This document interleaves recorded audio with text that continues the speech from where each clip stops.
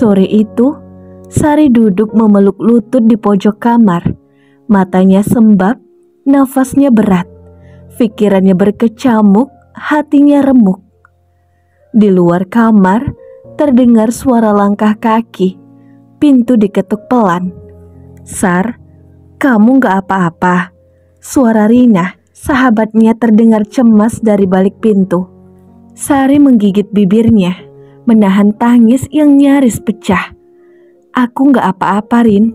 Suaranya nyaris tak terdengar. Pintu perlahan terbuka. Rina masuk membawa segelas teh hangat.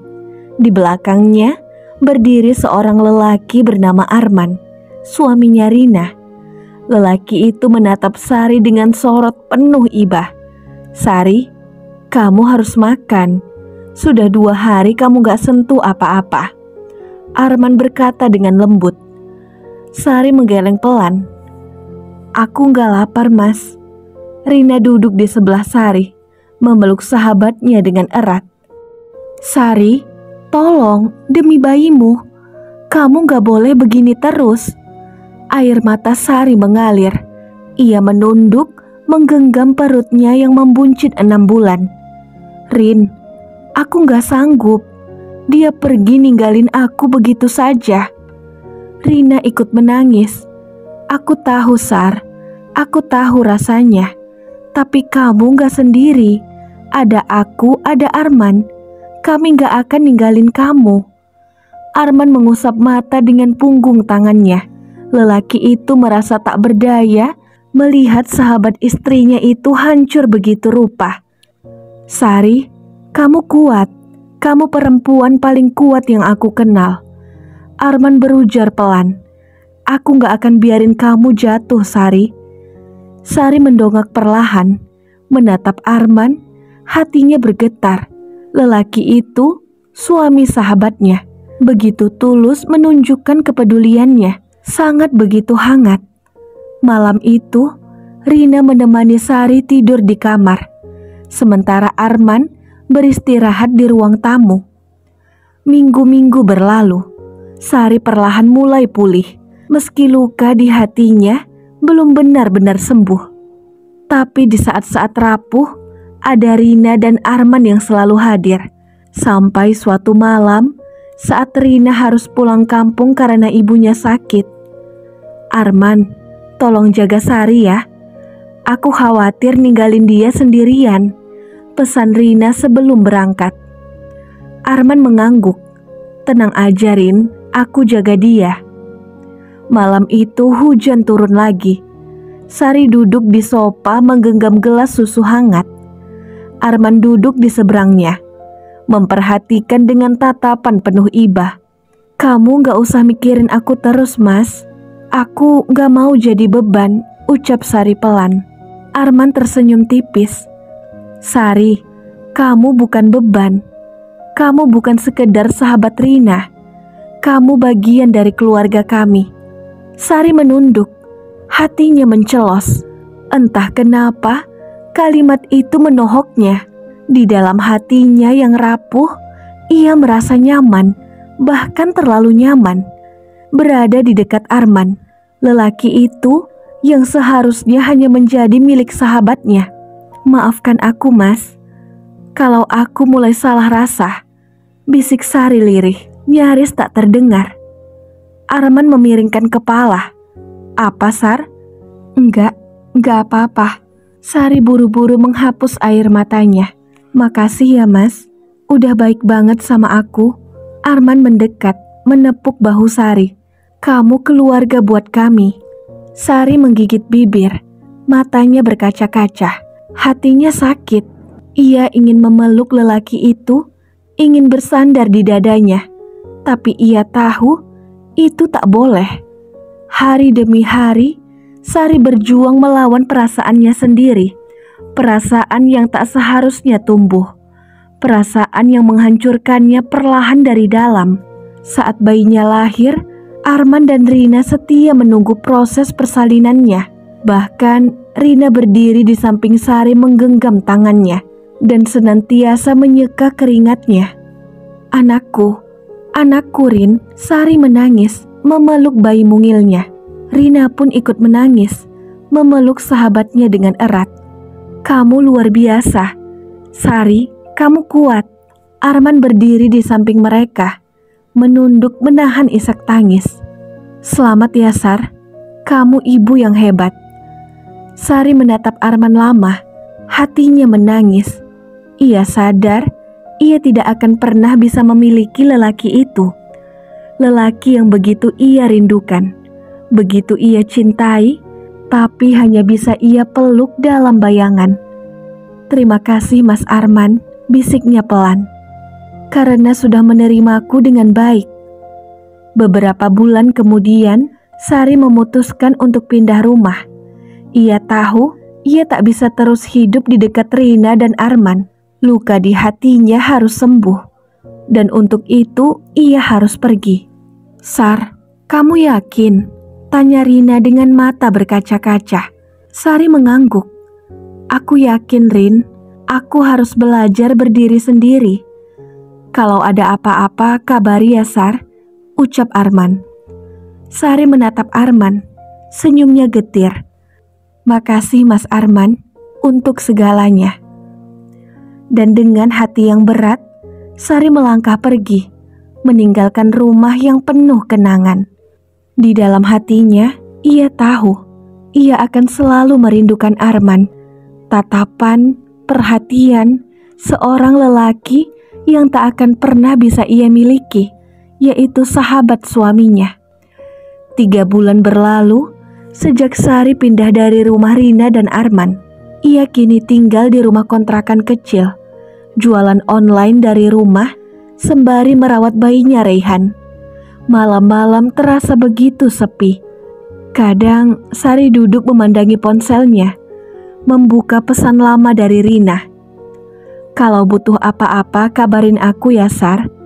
Air matanya menetes, bukan hanya rindu pada sahabatnya, tapi juga pada sosok Arman yang selalu hadir dalam mimpi-mimpinya. Suatu malam, Sari terbangun karena Raihan menangis keras. Tubuh bayi itu panas, matanya merah, nafasnya sesak. Panik, Sari mengguncang Raihan pelan. "Raihan, nak, jangan bikin ibu takut." Astaga, tanpa pikir panjang, Sari menelpon Rina. "Rin, tolong, Raihan panas banget. Aku gak tahu harus bagaimana." Suaranya terbata menangis. Tak lama, terdengar suara Arman di ujung telepon. "Sari, jangan panik ya. Aku kesana sekarang." Tak butuh waktu lama, Arman muncul di depan rumah kontrakan Sari, menggendong Raihan tanpa banyak bicara, lalu membawanya ke rumah sakit. Sari berlari di belakang, nafasnya memburu. Di rumah sakit, mereka menunggu di bangku tunggu yang dingin. Sari menangis diam-diam, menyandarkan kepala di dinding. Arman duduk di sampingnya, pelan-pelan menggenggam tangannya. "Sari, semuanya bakal baik-baik saja." Sari menatap lelaki itu, matanya basah. Tanpa sadar, tubuhnya miring, kepalanya bersandar di bahu Arman. Arman menahan nafas. Ia tahu ia tak seharusnya membiarkan ini terjadi, tapi hatinya juga rapuh. Ia ternyata menyayangi Sari, terlalu dalam dan terlalu jauh. Beberapa hari berlalu, Raihan sudah pulih, tapi di hati Sari dan Arman ada badai yang belum reda. Rina datang menjenguk dengan membawa mainan bayi. Senyumnya hangat, pelukannya erat. "Sar, maafin aku ya, aku jarang banget nengok kamu." Sari hanya mengangguk, mencoba tersenyum, tapi dadanya sesak, apalagi saat melihat Arman berdiri di belakang Rina, menatapnya dalam-dalam. Malam itu, setelah Rina pulang, Sari berdiri lama di depan cermin, memandangi wajahnya sendiri. "Sari, sampai kapan kamu begini? Dia suami sahabatmu," bisiknya pelan. Air matanya pun mengalir. Sementara Rina, ia mulai merasa aneh akan tingkah laku dan perhatian Arman. Tentunya kepada Sari. Semuanya seakan terlalu berlebihan. Namun ia juga tak mau terlalu cepat menyimpulkan. Tanpa sepengetahuan Arman, Rina membuka HP suaminya itu. Ia membaca semua chatnya bersama Sari. Dan benar saja, ada benih-benih cinta tumbuh di hati mereka. Walaupun keduanya berusaha menolak rasa itu, hingga tak berjalan terlalu jauh. Hari-hari Rina kini dipenuhi rasa gelisah. Ia ingin percaya, namun ada rasa takut yang menghantui. Sampai suatu hari, Rina datang sendiri tanpa Arman. Wajahnya murung. "Sar, aku mau tanya sesuatu." Sari merasakan dadanya mencelos. "Apa, Rin?" Rina menarik nafas panjang, menatap sahabatnya dalam-dalam. Apa kamu ada perasaan sama Arman?" Suaranya bergetar. Sari tercekat. "Rin, aku gak bermaksud." "Jawab aku, Sar," bentak Rina. Suaranya pecah. "Aku tahu, aku lihat caramu bicara sama dia. Aku juga baca semua chatmu dengan Arman." Sari menunduk, tubuhnya gemetar. "Aku gak mau ini terjadi, Rin. Aku benar-benar gak mau." Rina menangis, mendekat menggenggam tangan Sari. "Kita sahabatan sejak kecil, Sar. Kenapa kamu harus cinta sama dia? Kenapa harus Arman?" Sari menangis keras, memeluk sahabatnya dengan erat. "Maafin aku, Rin. Aku gak minta perasaan ini.